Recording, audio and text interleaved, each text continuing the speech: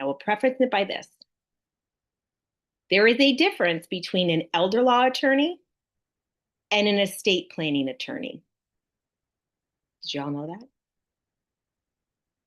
Did you all know that those are separate entities in a sense? You can be an estate planning attorney, which normally is family law, and that can include divorce as well. And then elder law is kind of like a separate certification, to my knowledge, from the several elder law attorneys that I work with. And there is a separate council on it with their own website, where if you want to know where the elder law attorneys are in your market, you could go to the Elder Law Council, I believe it is, and you can search for someone in your area. So one of the biggest things that I tell my clients is, when you are doing your estate planning, do they also do elder law? I find that to be fascinating, because it's no different than working in this industry, real estate, and you are focused on waterfront, golf, riverfront, seniors, first-time home buyers, military and VA. I have to be honest with you. If you ask me how to do waterfront right now, I know a little bit about it, but do I know how deep it is, which channels to go to, where the bridges are, where the bridges lift, how deep the dredge is for the boat? That's not my specialty, but I know exactly who in my market does that. So I would partner with them and referral with them. It's just no different for what we're doing in the senior niche market. So for those of you who are team leaders, does your team have someone that focuses on seniors on it? How is the team structured? So for many of us, this is our focus. This is my focus. But that is something that I learned about elder law that I wanted to be able to pass on.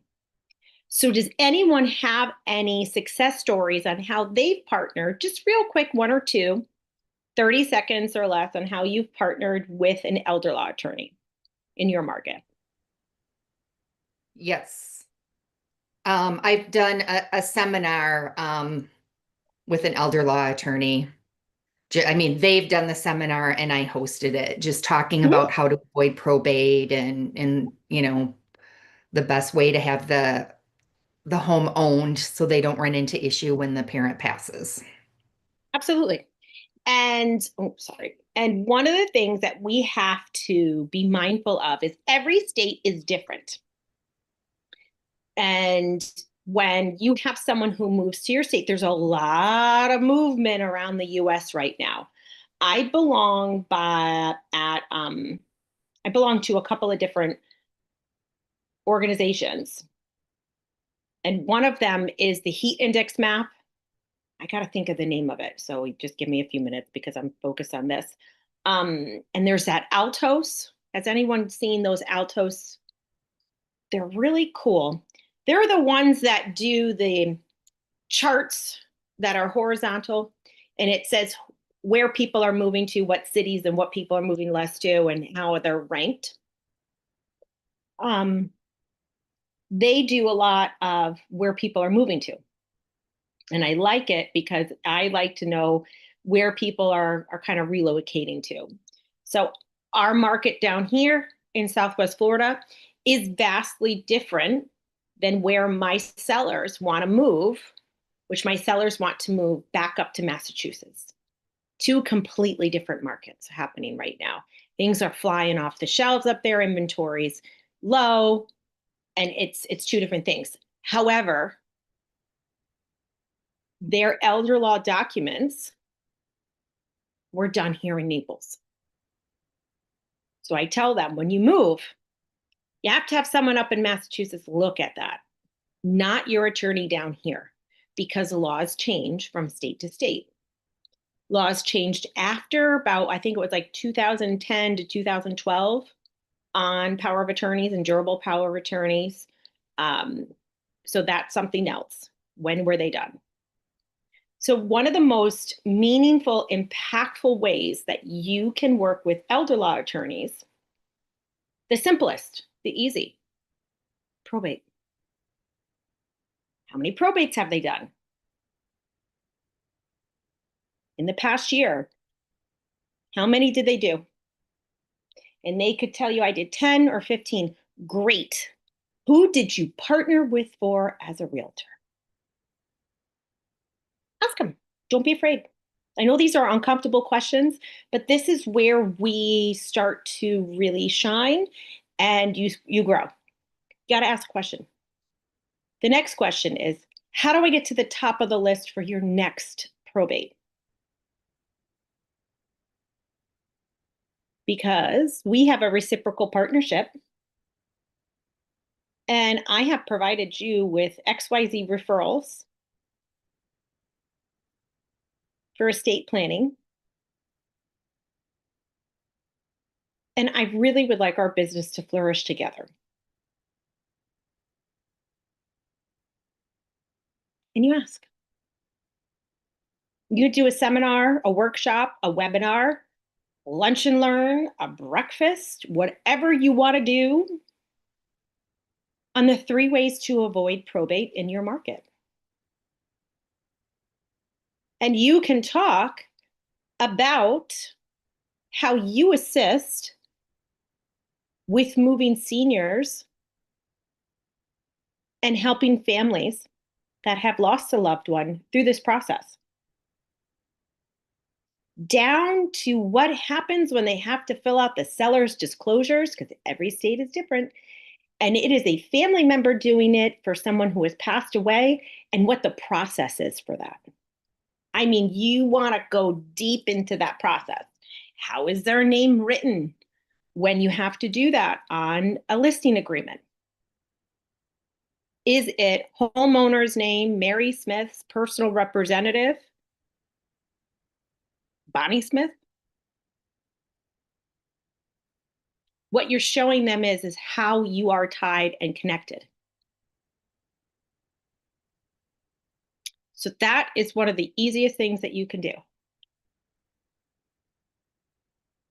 I also partner where I have my elder law attorney talking about the newest thing that they're, talking about, 3 ways to avoid probate, or the getting your ducks in a row, whatever topic they want to talk about, for getting all your documents together, right? Or one of the big hot ones is how to qualify for Medicaid. Medicaid requirements. Elder law attorneys typically do Medicaid. Costs on average between $5,000 to $10,000 for that. But having them talk about that is something that's very important for people, because they don't understand the difference between Medicare and Medicaid. So I have them set up for a 20-minute conversation on that. So you got 20 minutes and then Q&A.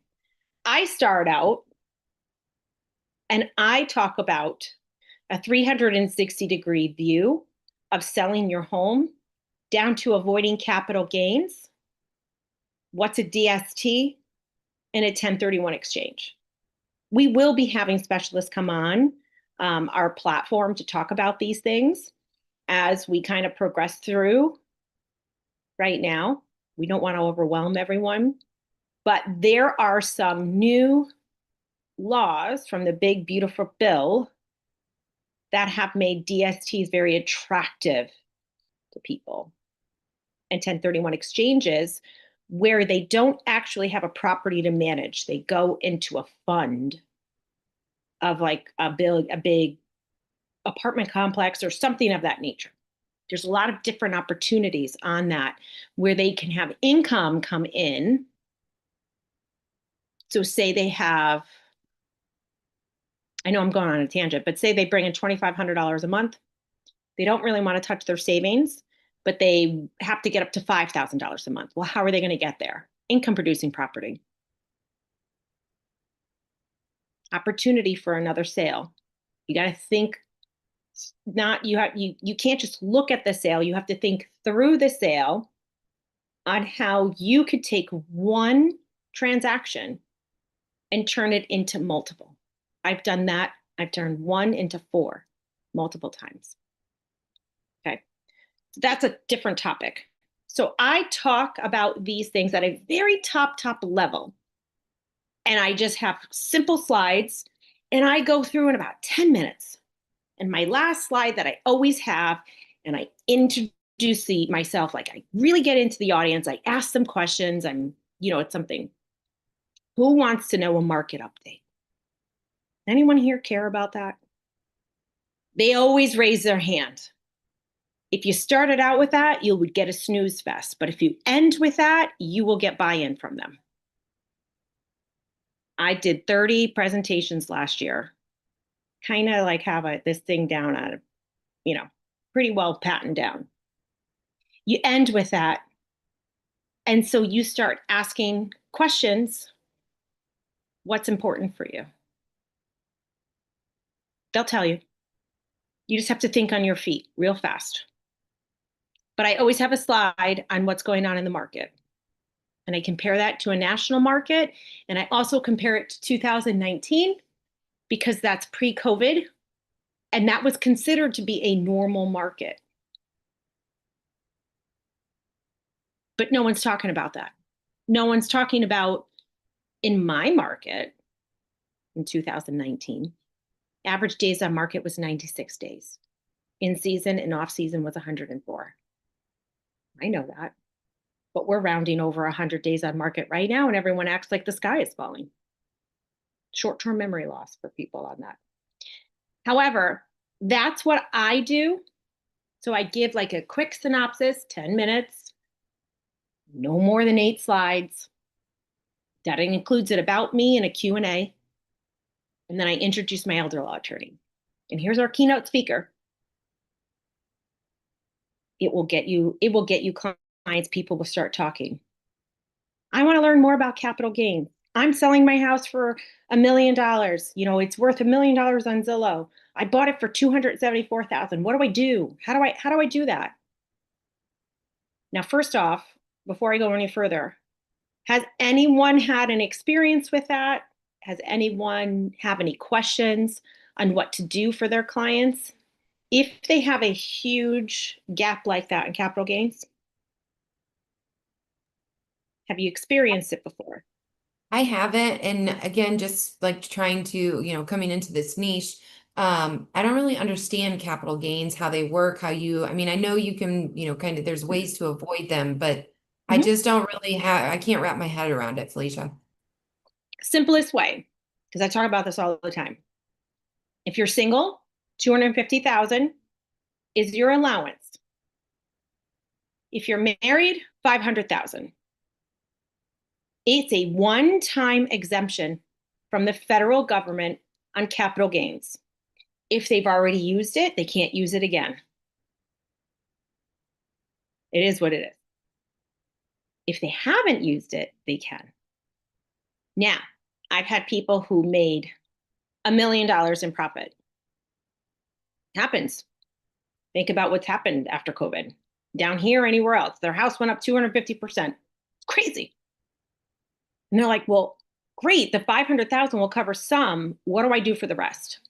Or I already used the capital gains exemption. What do I do with the rest? Any capital improvement that they have done on the property, down to changing a window, putting a light fixture in, anything they've done, roofs, fences, landscaping, whatever they did, it is your job as the agent to remind them where you keep those files.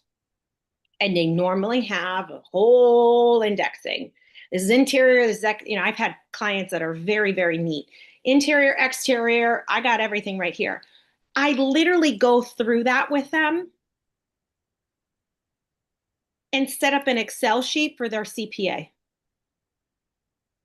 And I'm like, okay, great. Here are all your receipts. Let's go through. Well, guess what? It added up to, 400,000. I don't know. They put a pool in. Down here, pools cost $1.25 as a baseline now. Prior to COVID, they were 60,000. Crazy. So you could get to that really fast. Roofs down here cost 30, 40, $60,000. So I had a client put 2 roofs on. Couldn't find the receipt from the first one. I called the company, still in business. Can we get an invoice for it? We got it.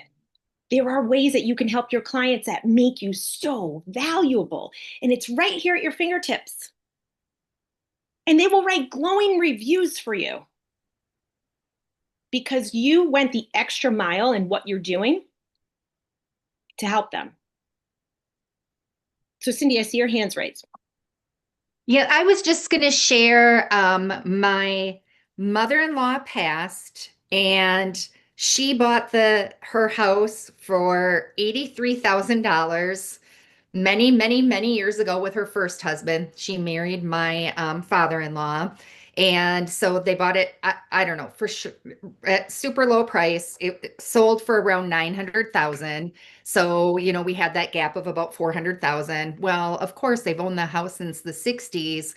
It was pretty easy for us to come up with, a list of, because they've replaced the Oh roof at yeah. least twice, and they've replaced the furnace Oh and yeah.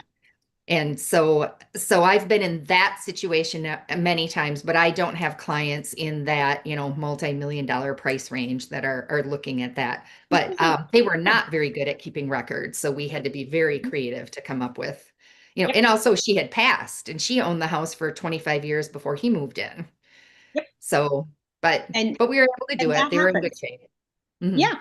And that happens. I've had clients that they've only, had 200,000. Well, great. I've had clients who said I've used their capital gains exemptions. You still have to find those capital contributions to offset that. So capital gains is super simple. Now, other than that, I don't talk about it. I say, you're going to check with your CPA, your accountant, and they're going to tell you what else you need to know. But this is how I help my clients in real estate. And that pairs very well with estate planning. You will get a captive audience. You will get questions afterwards. But capital gains exemptions have to be for primary homes, can only be used one time. Other than that, you better keep real good files on any improvements you do. And then you can ask the accountant as to what you can do. Now, you can ask your elder law attorney, what would you like me to present on? What are you seeing in the marketplace with your clients? And they'll tell you what's happening. We have a lot going on down here with between the great divorce. Y'all heard of that, right? I told you about that before. To folks who don't have a plan on how to age in place, but they have multiple properties and they have no liquid cash. And so I'm working with this woman. She's down to now from 7 properties to 4 properties that we're working on liquidating because she had no money that was liquid if she had to go into skilled nursing. And she won't, and she does 24-hour care at home. So she's going to blow through $500,000 pretty quick right now. And so she's also 97 years old. So with no family. So it's one of those things that you ask them how you can support their clients with their aging in place needs. And then if they don't have a financial advisor, you loop in that financial advisor so that they can take that money and not put it in a bank account.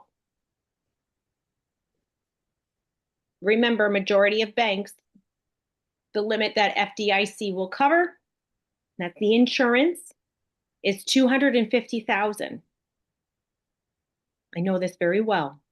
So if you deposit a check for $500,000, you're risking more than half of that if they have a cyber attack. Now, big banks like JP Morgan, Charles Schwab, like big banks can go up to $1 million, but you need to check with your bank to see how much the FDIC will cover in case of that. So my suggestion is to separate that money into multiple accounts or get it over your financial advisor and protect it in other ways that they can tell you what's going to work best for you. If it's treasury bonds, CDs, money market accounts, stock market, whatever they, so it's easier to move money around. But this is all very good information for all of us. So what questions do y'all have? Because there's a lot of fun stuff in here.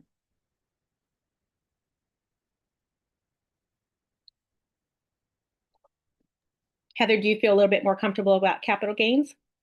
I do. I do. And I definitely like now I feel like I have a little bit more insight to be able to like ask those questions to get more better information from the attorneys.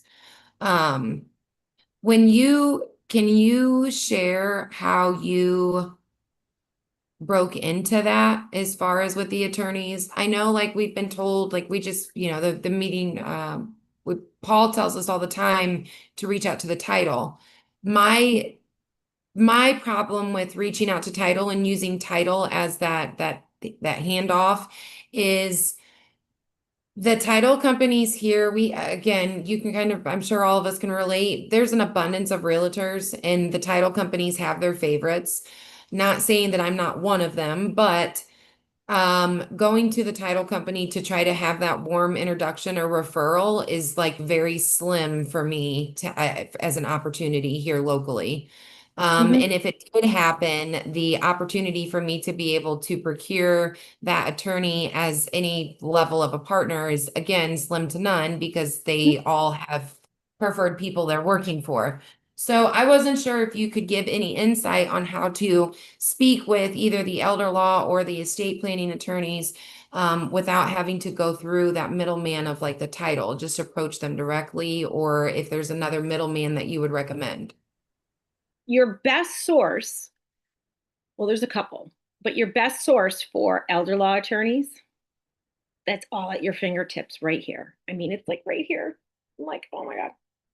Senior living communities, my friends. They all know them. We all know them. So it's very hard for me, Heather, to tell you how I got involved. I got involved because I worked in senior living, and sometimes I needed an original power of attorney for various things. And so I would have to call the elder law attorneys for that because they couldn't find it, or we needed copies, or could they send us a PDF? They didn't have the full executed document. And so I built those relationships much different, way vastly different than you all, because I had to work with them as partners to ensure that my residents moving in had a full packet because they couldn't move in without their elder law attorney documents. That's a requirement. Something And else to write down. that kind of leads me into my next question is I have a background in healthcare administration. I used to, I mean, my dream was to be an executive director, and then COVID hit and they did away with all those internships. But working in HR, as the right and left hand to the ED, how should I be utilizing those previous connections as leverage? I haven't figured out how to marry those yet. That's okay. I'm going to give you my second tip. The first one is to ask your senior living sales directors. Don't bother the executive director. They don't got time, folks. They don't have time. They don't. Trust me. I was one for more than one building. There's no time. Sales directors, yep, absolutely. Can you do a warm intro for me? If they say, here, call Joe Smith. No, you need to teach them how you want to be introduced. I want a warm intro email. Because they're going to open that email from Linda Lou over at ALF community faster than they open mine. That's how I like it. Then I immediately go for the kill. I have my calendar link. Here, click here. Let's make a meeting. You plan it around your schedule from my calendar link. Calendly is free. There's a free version of it. Appointlet, the same thing. There's a free version of it. Use the free one if you don't, because there's so many hands and pockets for everything. The second way to do it is my favorite. Senior niche marketing events, your networking events. I know Paul's not a fan of those, but hey, I'm the president of one. I got 17 referrals last year from them. 17 referrals that were people were ready to move and sell their homes. I didn't have to do anything except go in there and present. And they're like, well, you come highly recommended from XYZ company. I need to use you because I like it. Out of those 17, I closed 13 of them. The others just weren't ready yet. And one of them, their neighbors was a realtor. So they went with their neighbor. Sometimes that's guilt. So senior niche networking events are a great way for you to meet people. You need to utilize your time wisely. Don't go there and sit and do nothing. You have to go with intention. You meet people. The reason why I always have business cards on me, or I now use my electronic business card, because when I use my electronic business card and send it to them, it goes directly into their contact card, and then they can send me theirs back. Even if they don't have that Blink electronic card. So when they do send their information back, I can automatically save it into my contacts. It's a time saver. I also use a biz card scanner that's free that you can scan 5 business cards a day from. When I do get business cards, and I have to put them into my system. And then I can upload my contacts into my CRM and then tag them. So every CRM is a little different. However, when you're at a senior niche networking event, you need to scope out the people in the audience that are there who you need to connect with. And if you don't know an elder law attorney, if you're talking to someone that you do know, hey, I really want to meet an elder law attorney. My clients need them so bad post-settlement. We need to make sure all their documents are updated once they close on their property. Who do you use? And they're going to say, oh, yeah, Greg's here. Come on, let's come over and meet him. To me, I have a sold. quick question for you. You're using the term elder law attorney. Mhm. And do they do the essential documents like an estate planning attorney does? So I'm not sure if you Is were there present at the beginning. is there an overlap Okay. between those two types of attorneys? There is. And at the beginning of the session, I don't know if you joined a little late. Estate planning attorneys and elder law attorneys are different, but one and the same. If you are an elder law attorney, you are at a higher rating, just like if you're a realtor, and you are a waterfront specialist, a senior specialist, a golf specialist. It's a higher level. And there's a council on that. Elder law attorneys do more than just estate planning documents. There's a lot of elder abuse out there, Medicaid planning. I only use estate planning attorneys that have elder law attached to them as well. There is a difference.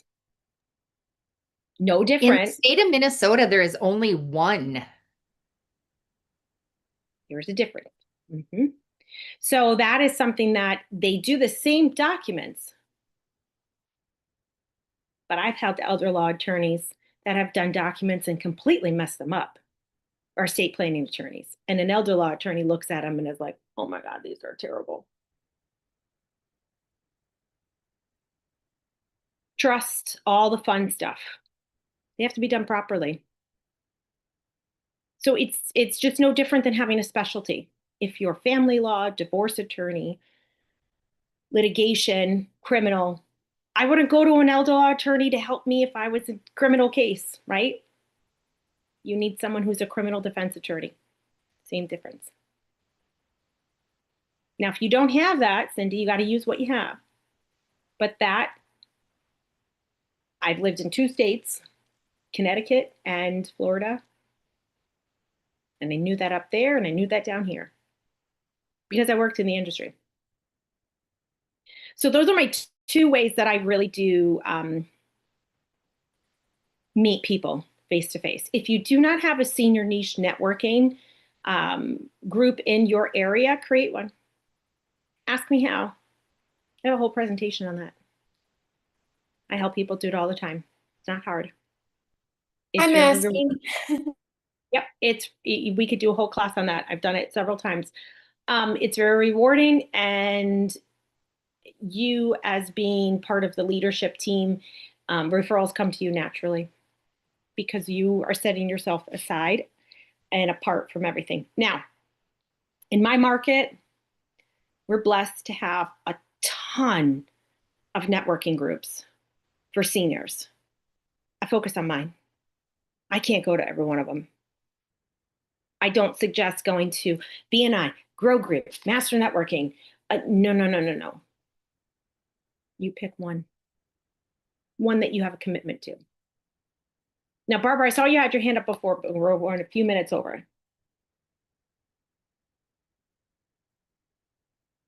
Sorry.